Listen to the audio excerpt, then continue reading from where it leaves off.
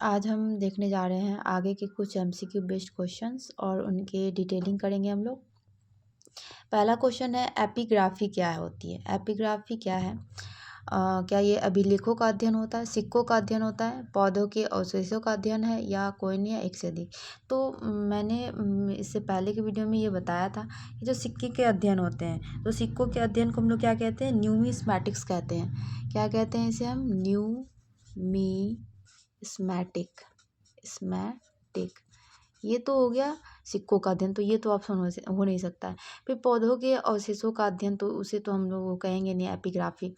तो ये एपिग्राफी क्या हो जाता है? ये अभिलेखों का अध्ययन होता है। आज हम अभिलेख से संबंधित कुछ एमसीक्यू बेस्ड कर रहे हैं क्वेश्चन। तो ये अभिलेखों का अध्ययन हम लोग क्या कहलाता है? एपिग्राफी कहलाता है। अब जो अभिलेख थे, अभिलेख सिक्कों से अत्यधिक महत्वपूर्ण है, क्योंकि इससे भी हमें, अभिलेख से भी बहुत सारी जानकारियाँ हमें प्राप्त होती है। तो इसी के अध्ययन को हम लोग क्या कहते हैं? एपिग्राफी कहते हैं, या पुरालेख शास्त्र भी कहते हैं। इसे हम लोग पुरालेख शास्त्र भी कहते हैं। पुरालेख शास्त्र भी कहते हैं एपिग्राफी को। ठीक है, तो ये बात हो गई। इसके बाद अगला क्वेश्चन है हमारा कि सर्वाचित प्राचीन अभिलेख कहाँ से प्राप्त हुए हैं। तो अधिकतर जो शुरू के जितने भी अभिलेख थे वो हमें कहाँ से प्राप्त हुए हैं? प्रयाग स्तंभ से, जूनागढ़ से, मंदसौर से, या इनमें से कोई नहीं। तो जो हमें आप इसका आंसर देख के देखिए आपको आ रहा है कि नहीं। तो जो प्राचीन अभिलेख जो थे वो कहाँ से प्राप्त हुए थे, तो इसमें से कोई भी ऐसा ऑप्शन नहीं है। तो इसका ऑप्शन क्या हो जाएगा? इनमें से कोई नहीं। तो इसका आंसर क्या होगा? तो जो सर्वाचित प्राचीन अभिलेख थे वो हमें बोगाचकोई से, मध्य एशिया के बोगाचकोई से प्राप्त हुए हैं। मध्य एशिया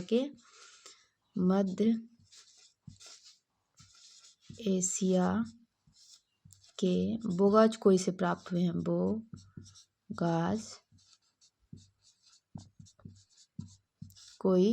बोगाचकोई से प्राप्त हुए हैं।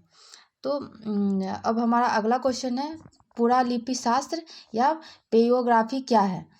धार्मिक, सांस्कृतिक, औपचारिक, या इनमें से कोई नहीं। तो पुरालिपि शास्त्र, तो ये पुरालिपि शास्त्र क्या है? तो पैलियोग्राफी होता है, जिसको हम लोग ये इसमें से कौन सा ऑप्शन हो जाएगा? तो इनमें भी पुरालिपि शास्त्र के बारे में जो वो उनमें से कोई नहीं होता है, कोई नहीं। अब हम इसके बारे में अगर बताना चाहें तो अभिलेख एवं दूसरे पुराने दस्तावेज की प्राचीन तिथियों के अध्ययन को हम लोग क्या कहते हैं? पुरालिपि शास्त्र कहते हैं।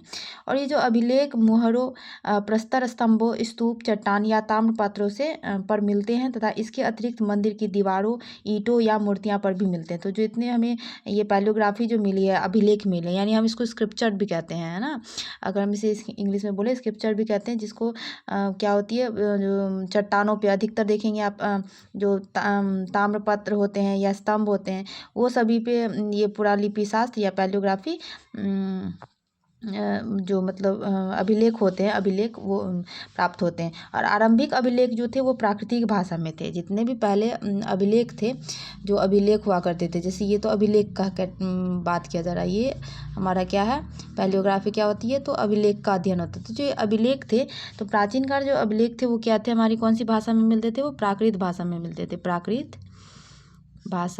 प्राकृत भाषा में मिलते थे।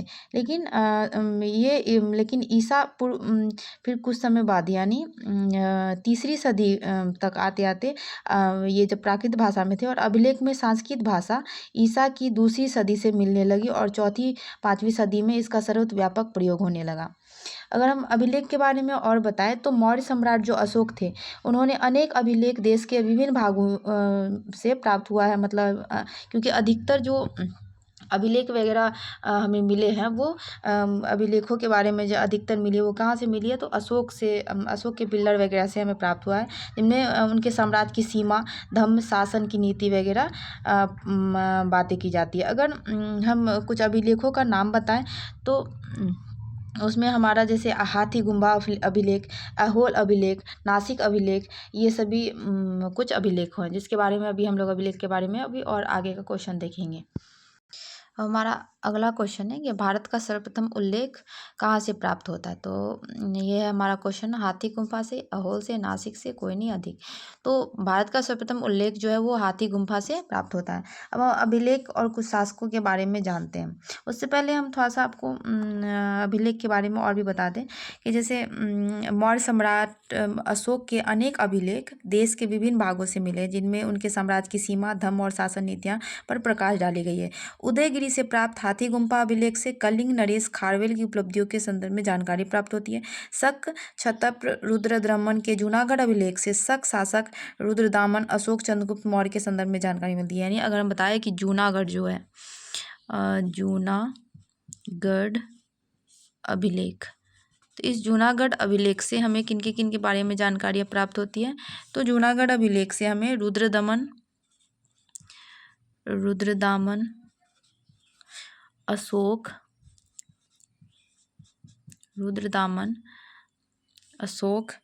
और चंद्रगुप्त मौर्य,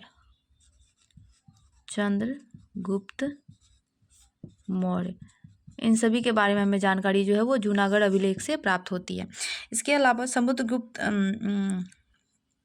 वशिष्ठी पुत्र पुलुमावी के नासिक गुहा अभिलेख के माध्यम से उनकी धार्मिक सहिष्णुता और उनकी संस्कृति के संदर्भ में जानकारी प्राप्त होती है। फिर अगर हम आगे बात करते हैं तो समुद्रगुप्त के प्रयाग स्तंभ अभिलेख से समुद्रगुप्त के विजय होने या विजयी राजाओं और उनके साथ नीतियों के संदर्भ में जानकारी प्राप्त होती है।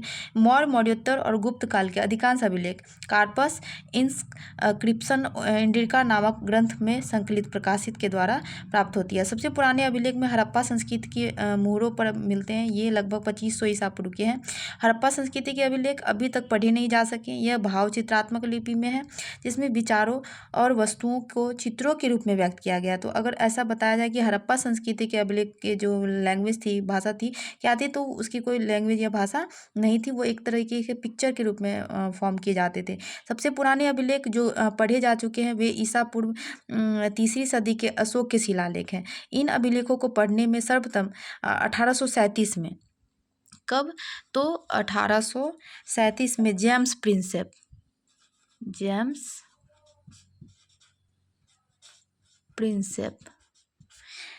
प्रिंसेप को सफलता मिली। यानी सबसे पहले अगर बोलेंगे कि अभिलेख जो पढ़े थे वो किसने पढ़ा था, तो 1837 में जेम्स प्रिंसेप ने पढ़ा था, जो उस समय बंगाल में ईस्ट इंडिया कंपनी की सेवा में ऊंचे पद पर स्थापित थे। अब हम आते हैं अगले क्वेश्चन की तरफ। अब ये है प्रयाग स्तंभ अभिलेख के समय शासक, है ना। तो अगर हम आपसे पूछे कि प्रयाग स्तंभ अभिलेख के समय शासक कौन थे, समुद्रगुप्त थे, रुद्रदामन थे, स्कंदगुप्त थे या कोई नहीं, तो आप इसका आंसर बताइए।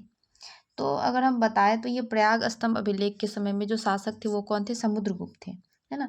अगर हम कुछ और अभिलेखों की बात करते हैं तो जिसमें एक होते हैं पहला, जैसे हम बताते हैं हाथी गुम्फा अभिलेख। तो हाथी गुम्फा के समय जो शासक थे वो कौन थे, कलिंग नरेश खारवेल।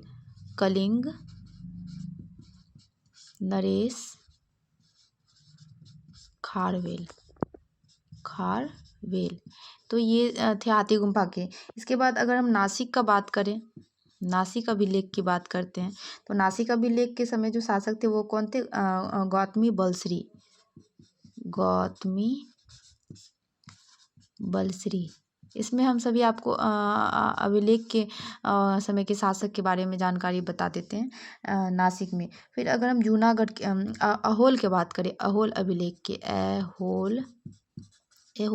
की बात करते हैं, तो उस समय थे पुलकेशिन